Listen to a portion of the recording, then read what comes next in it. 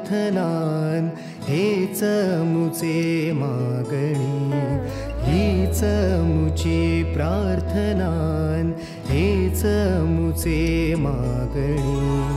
माणसाने माणसाशी माणसा सम वागणे,